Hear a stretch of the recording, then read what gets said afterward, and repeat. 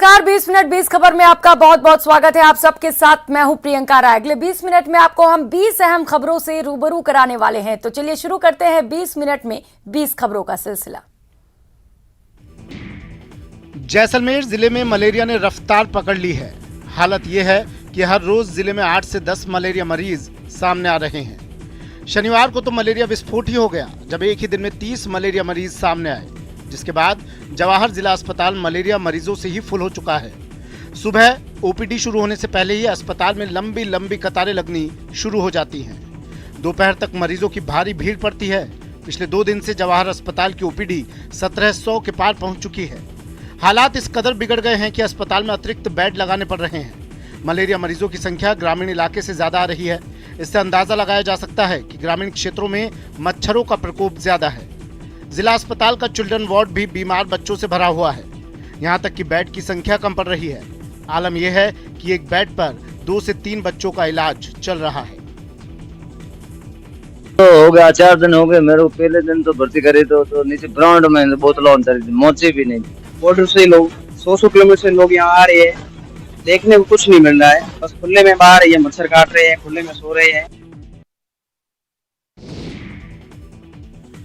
बच्चों के पोषण के साथ पढ़ाई के लिए सरकार आंगनबाड़ी केंद्रों पर अच्छा खासा पैसा खर्च कर रही है, लेकिन इसके बाद भी आंगनबाड़ी केंद्रों की हालत अच्छी नहीं है। सिरोही जिले के रेवदर के सरियाखेड़ा गांव का आंगनबाड़ी केंद्र अपनी बदहाली पर आंसू बहा रहा है।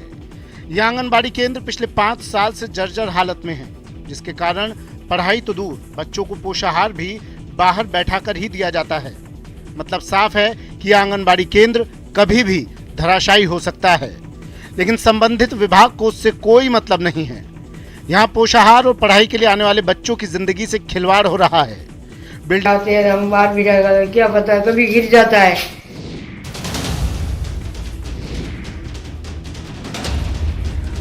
बुरहानपुर में लगातार हो रही बारिश से शहर की सड़कें नदी में तब्दील हो गई हैं। तस्वीरों में आप देख सकते हैं कि किस तरह सड़कों पर पानी भरा है और लोग उससे गुजरने के लिए मजबूर हैं। दरअसल थोड़ी ही बारिश होने पर बुधवारा रोड पर पानी जमा हो जाता है, जिससे लोगों को आवाजाही में काफी परेशानी होती है। यह समस्या लंबे समय से बनी हुई है। लोग इसके पीछे अतिक्रमण और नालों की साफ सफाई न होना बताते हैं। उनका कहना है कि शहर के मुख्य निकासी नाले की बारिश से पहले ठीक से सफाई नहीं होती। रसूखदार नाले पर अतिक्रमण कर रखे हैं, जिसके कारण बारिश के मौसम में उन्हें इसी तरह नारकीय जीवन जीना पड़ता है। ये हर साल की परेशानी है।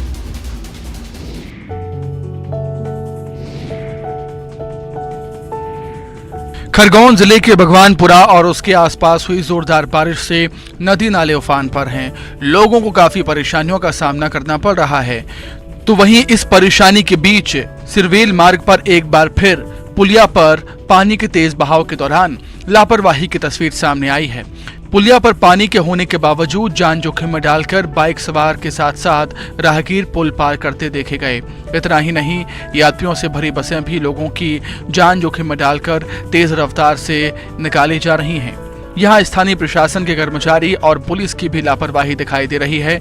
पुलिया पर पानी होने के बावजूद कोई रोकने टोकने वाला वहां पर मौजूद नहीं।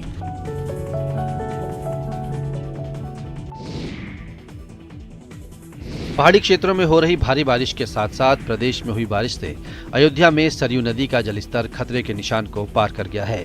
मौजूदा समय में सरयू का जलस्तर खतरे के निशान को पार करके 19 सेंटीमीटर ऊपर बह रहा है, जिसके कारण निचले इलाकों में बाढ़ का खतरा मंडराने लगा है। लगातार बढ़ते जलस्तर को देखते हुए प्रशासन ने सरयू के आसपास बसे गांव में अलर्ट जारी कर दिया है। सरयू के रौद्र रूप धारण करने के बाद अब प्रशासन ने श्रद्धालुओं को भी सरयू के तट पर गहरे पानी में स्नान करने पर प्रतिबंध लगा दिया है और बाकायदा पुलिस की ड्यूटी भी लगाई गई है। सरयू के घाटों पर सुरक्षा की दृष्टि से जंजीर लगाई गई है, जिसके अंदर ही स्नान करने के लिए श्रद्धालुओं से निवेदन किया गया है। अभी तो फोरकास्ट आया नहीं है। फोरकास्ट आने के बाद जो है हम लोग क्लियरिटी बता पाएंगे कि जो है क्या कल 8 बजे तक उसका जाएगा। सरयू के घाटों पर भी चौकसी बढ़ा दी गई है। प्रशासन ने बाकायदा जंजीर के अंदर ही लोगों को स्नान करने के लिए निर्देशित किया है। इसके अलावा ड्यूटी लगाई गई है और सबको ये कहा जा रहा है कि जो लोग भी श्रद्धालु अयोध्या आए हैं, वो दर्शन करने आए हैं, वो सीढ़ियों से ही स्नान करें। सरयू की जलधारा में बहुत तेजी के साथ वृद्धि हो रही है और जिसको देखते हुए प्रशासन अलर्ट मोड पर है। अयोध्या से न्यूज़ 18 के लिए निमित गोस्वामी। उत्तर प्रदेश के पीलीभीत में लगातार बारिश के कारण शारदा नदी का पानी कई गांवों में घुस गया है। गाँव में बाढ़ का पानी घुसने के कारण लोगों को काफी परेशानियों का सामना करना पड़ रहा है। बाढ़ में घरेलू सामान पूरी तरह भीगकर खराब हो गए।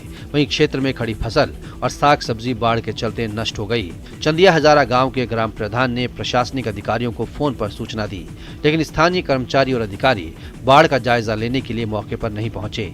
हर साल इलाके की यही हालत होती है। जब बारिश के कारण नदियां उफान पर होती हैं और गाँवों में बाढ़ का पानी घुस जाता है, लेकिन प्रशासन की ओर से इसके निदान के लिए कोई उपाय नहीं किए गए हैं। यहाँ तक कि स्थानीय प्रशासन लोगों की सुध लेने तक नहीं पहुँचा। बाढ़ आया हुआ है, कोई प्रशासनिक अधिकारी अभी तक पहुंचे नहीं है। लेखपाल ने कल सूचना दिया कि पानी छोड़ा गया है, लेकिन ज़्यादा नहीं, लेकिन उनके हिसाब से जो है गलत सूचना था। कोई नहीं आया, कोई अधिकारी ना कुछ, कोई नहीं आया, कुछ नहीं।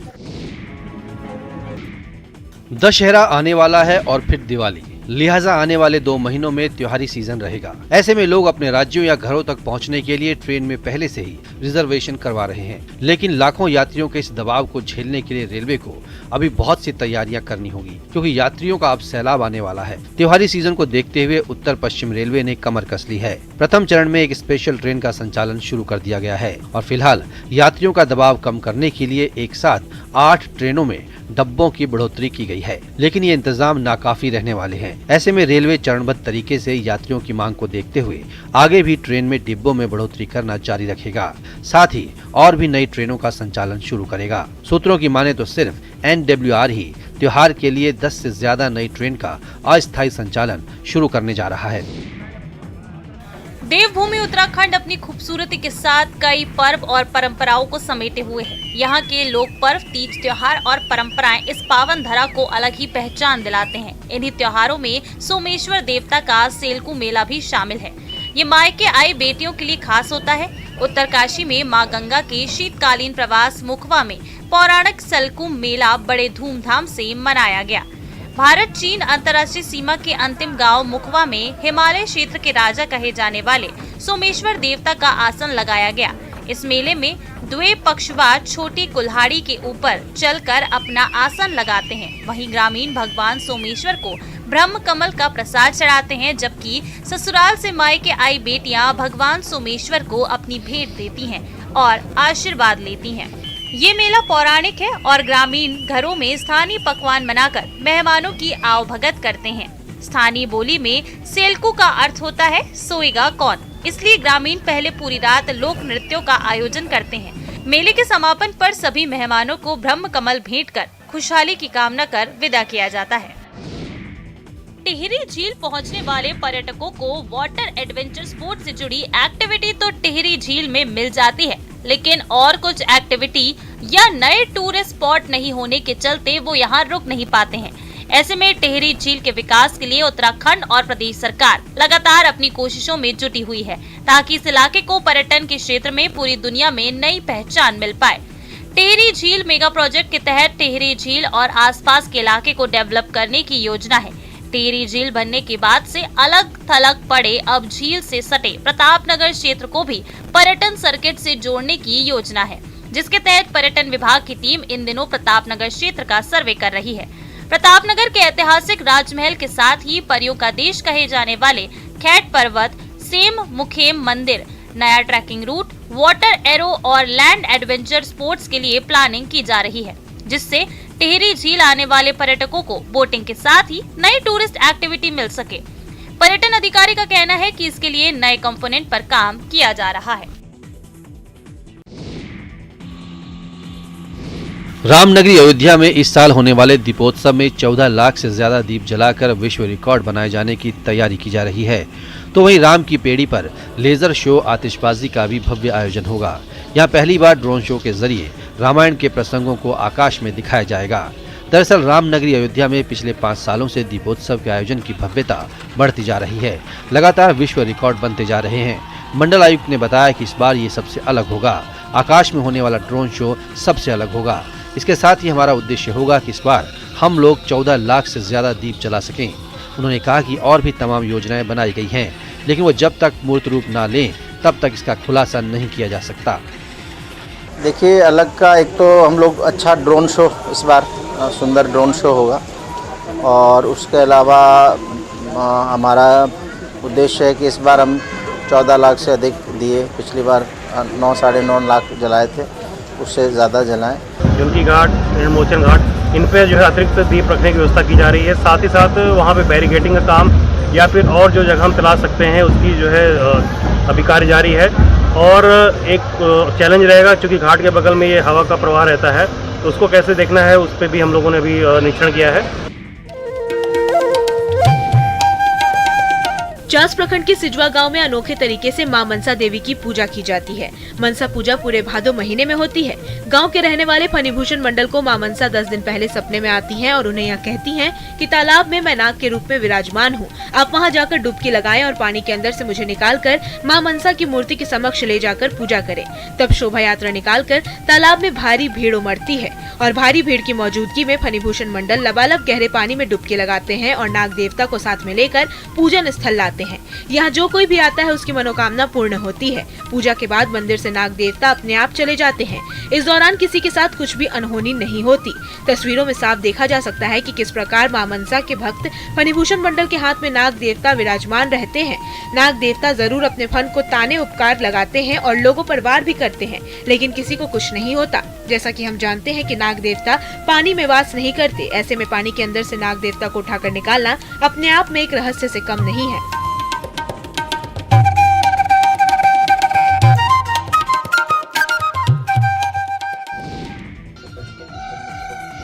शनिवार को जम्मू में सरो इंसर मानसर महोत्सव का सरो इंसर झील के किनारे रंगारंग शुभारंभ हुआ।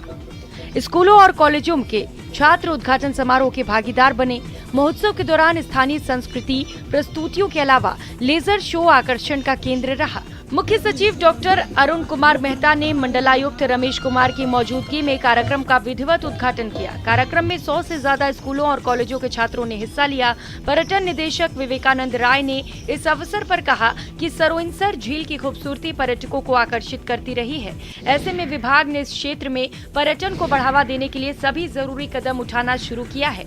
इस अवसर पर नेचर वॉक में भी लोगों ने हिस्सा लिया। इस दौरान जम्मू कश्मीर कला, संस्कृति और भाषा अकादमी के कलाकारों की तरफ से पेश किए गए डोगरा लोक नृत्य और गीतों ने भी खूब वाहवाही लूटी।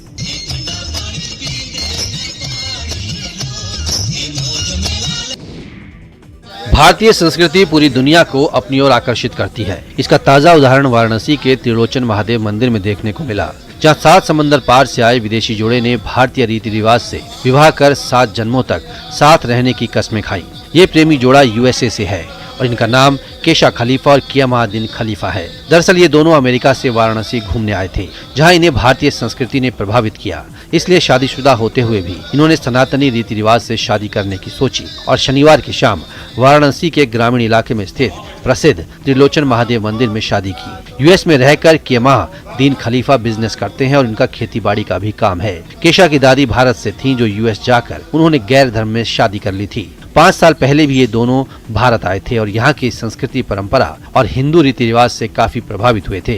तभी से उन दोनों ने वाराणसी आकर विवाह करने की प्लानिंग की थी। गुजरात के बड़ोदरा के न्यू मांजलपुर इलाके की रहने वाली 48 वर्षीय जागृति राठौर 50 BRM पूरा करने वाली गुजरात की पहली महिला बन गई हैं। जागृति अब तक 64,000 किलोमीटर से ज्यादा साइकिल चला चुकी हैं और कई राष्ट्रीय स्तर की साइकिलिंग प्रतियोगिता में हिस्सा ले चुकी हैं। BRM में 200, 300, 400, 600 और 1000 किलोमीटर की साइकिलिंग करनी होती है और जागृति 50 BRM पूरा कर चुकी हैं।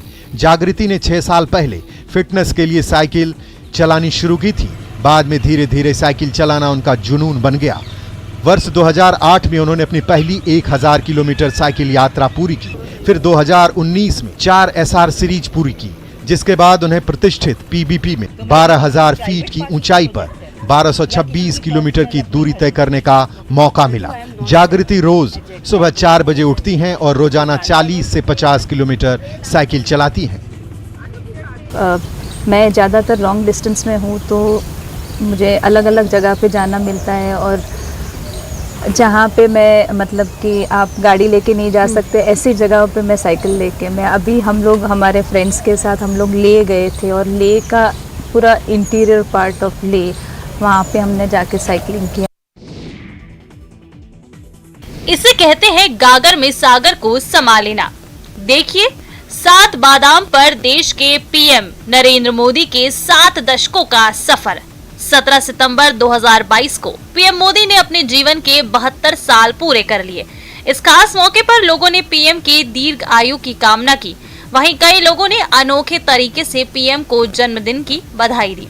ओडिशा की राजधानी भुवनेश्वर की एक कलाकार ने भी अनोखे अंदाज में पीएम को बधाई दी। इस कलाकार ने 7 बादाम पर पीएम मोदी के बचपन से लेकर जीवन की बड़ी उपलब्धियों को अपनी कला के जरिए उकेरा। कलाकार ने कहा कि बादाम खाने से प्रोटीन की जरूरतें पूरी होती हैं और दिमाग तेज होता है। इसीलिए ही उन्होंने अपनी कला के जरिए पीएम मोदी की उपलब्धियों को आकार देने के लिए बादाम का चुनाव किया। युवा कलाकार ने कहा कि पीएम मोदी शानदार काम कर रहे हैं और भगवान जगन्नाथ उन्हें दीर्घायु दें, यही कामना है। 20 मिनट 20 खबर में फिलहाल इतना ही। मुझे दीजिए इजाजत। नमस्कार।